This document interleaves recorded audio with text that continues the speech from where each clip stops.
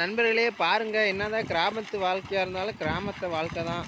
வேறு லெவல் தான். பாருங்கள், தண்ணி என்ன ஒரு அழகான ஒரு காட்சி பாருங்கள். அப்படியே போய் மரத்தில் போய் பாயுது. பின்னாடி ஒரு மலை, பக்கத்தில் ஒரு தென்னை மரம், தூரத்தில் காற்றடிக்குது. எல்லா தென்னை மரமாக இருக்குது. என்ன ஒரு இயற்கை காற்று, இயற்கை தண்ணி பாருங்கள்.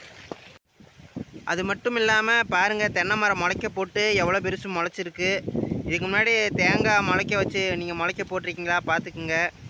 பாருங்கள், மரத்தில் பாருங்கள் தேங்காயா இளநீ. தண்ணி வந்து பாருங்கள், நேராக இங்கே போய் நட்டிருக்க தென்னங்கன்றுகள் தான் பாயுது.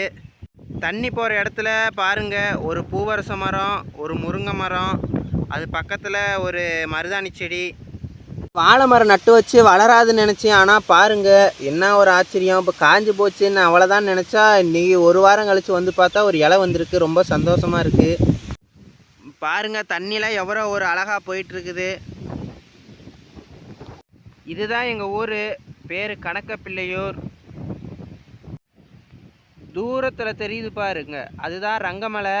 இங்கே ஒரு சிவன் கோயில் இருக்குது, மல்லீஸ்வரன்னு சொல்லுவாங்க. மலைக்கு பக்கத்துலேயே இன்னொரு மலை இருக்குது. இது என்ன பேருன்னு தெரியல. அதுக்கு கீழே பாருங்கள், வெள்ளை வெள்ளையாக தெரியுதா, அதுதான் டேம்மு, குடகனாறு அணை, அழகாபுரி. இந்த மருதாணி செடியில் தான் மருதாணி தலை பிடுங்கி நல்லா அரைச்சி கையிலலாம் வச்சு விளையாடுவோம். அதுக்கு பக்கத்துலேயே பாருங்கள் பூவரச மரம். இந்த பூவரசம் இலையில பீப்பி செஞ்சு ஊதுற அந்த ஒரு சந்தோஷம் இருக்குது. எப்பா, இந்த வாழை மரத்தை பார்த்தோன்னே நான் ஸ்கூலில் படித்து தான் ஞாபகம் வருது. வாழை மரம் மாதிரி சில நண்பர்கள் இருப்பாங்களாம். அதாவது பலன் கிடைக்கிற வரைக்கும் நம்ம கூட இருப்பாங்களாம். அடுத்து தென்னை மரம் மாதிரி சில நண்பர்கள், இவங்க வந்து நமக்கு அப்பப்போ உதவி பண்ணுவாங்க.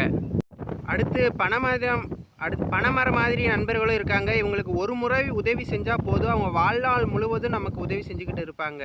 இங்கே வாழை மரம் மாதிரியான நண்பர்களும் இருக்காங்க, தென்னை மரம் மாதிரியான நண்பர்களும் இருக்காங்க. ஆனால் பனைமரம் மாதிரி இருக்கிற நண்பர்களே உண்மையான நண்பர்கள்.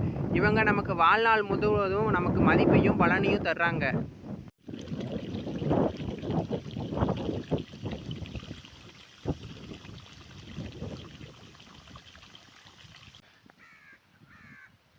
நான் ஸ்கூலுக்கு போய் கற்றுக்கிட்டதை விட இந்த வேலைக்கு போய் தான் நிறைய விஷயம் கற்றுக்கிட்டேன். சுருக்கமாக சொல்லணும்னா, குளத்துல இருக்க மீன் கூட அங்கே இருக்கிற அழுக்க தின்னுட்டு இந்த குளத்தை சுத்தம் பண்ணுது. அதுக்கு இருக்கிற மனசாவது மனுஷனுக்கு வேணும்ல. சரி விடுங்க, இப்போ தான் எப்படின்னு பார்த்தா அந்த காலத்துலேயும் இந்த மாதிரி தான் இருந்திருக்காங்க. ஒரு புக்கு படித்தேன், உண்மையாக பொய்யான்னு தெரில. ஆனால் ஒரு நல்ல ஒரு சுவாரஸ்யமான ஒரு கதை மாதிரி தான் இருந்துச்சு. சொல்கிறேன் கேளுங்க. வெளிநாட்டில் பார்த்தா கிரையிங் சென்டர்னு ஒன்று இருக்குது. நம்மக்கிட்ட இருக்க எவ்வளோ கஷ்டம் இருந்தாலும் காசு கொடுத்து அங்கே போய் அழுதுட்டு வரலாம். அதாவது கிரையிங் சென்டர்னால் அழுதுட்டு வர்றதுக்கு நம்ம காசு கொடுக்கணும். நம்ம கஷ்டம் எவ்வளையோ அந்த அளவுக்கு நம்ம காசு கொடுத்து அவ்வளோ நேரம் அழுதுட்டு வந்துக்கலாம். நம்ம நாட்டிலேயும் ஒரு கிரையிங் சென்டர் இருக்குது. அது என்னன்னா, நம்ம ஊரில் யாராச்சும் ஒருத்தங்க இறந்துட்டாங்கன்னா மொத்தமாக சேர்ந்து போய் ஒப்பாரி வைப்பாங்கள்ல, அதுதான் நம்ம ஊர் கிரையிங் சென்டரு.